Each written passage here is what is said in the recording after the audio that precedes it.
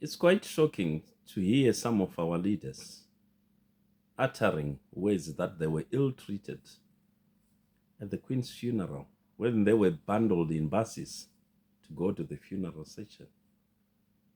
Seriously? Are you superhuman beings who can't even get into buses to go to a session, a funeral session? How many young Africans have died in the Sahara Desert trying to go to the north shores of North Africa to cross over to Europe? They died of dehydration. How many Africans, young Africans, have been drowned in the Mediterranean Sea trying to cross over to Europe for a better life? Africa is the richest continent on the planet, but it has got the poorest inhabitants on earth. And yet, you travel on private jets.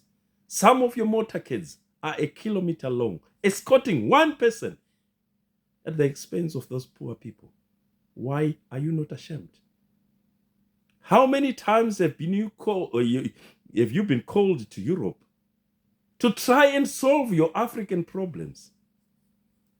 I vividly remember one of the respected African president, Mr. Paul Kagame, saying, why are we called to Europe to solve our own problems?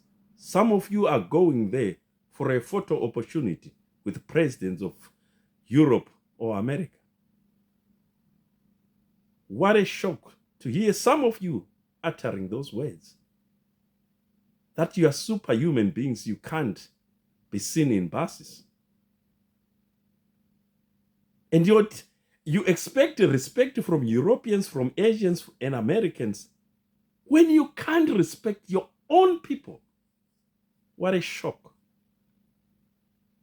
I don't know how many times, I think it's 3 or even more times, xenophobic attacks have happened in South Africa when Africans were killing Africans, South African killing foreigners. If my memory serves me right, I think I remember one African leader, and it should be the Prime Minister of Malawi, who condemned that barbaric act in South Africa. The AU gave a blind eye as if nothing has happened. How many elections that have been conducted in Zimbabwe and people were killed by the ruling ZANU-PF party?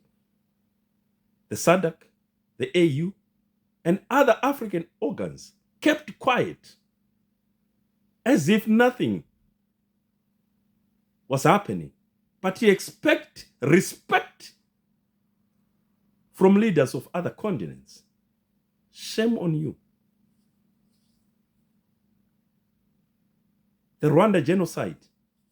Where were you, African leaders, when 1 million people were killed in a period of 100 days? That is an average of 100 people killed per day. And you expect respect from Europeans. You expect respect from Americans and Asians. No. If it was me, honestly, because you were really respected to be put in buses, if it was me, I would have put you in wheelbarrows and look for some people to push those wheelbarrows. Because you don't deserve respect if you don't respect your own people. Shame on you. How many conflicts are in Africa? Today, Sudan, conflict. Somalia, conflict. Al-Shabaab. Nigeria, conflict. Boko Haram. Come election time in Zimbabwe, we know we are going to bury bodies because of the ruling ZANU-PF party. And you expect respect from foreigners.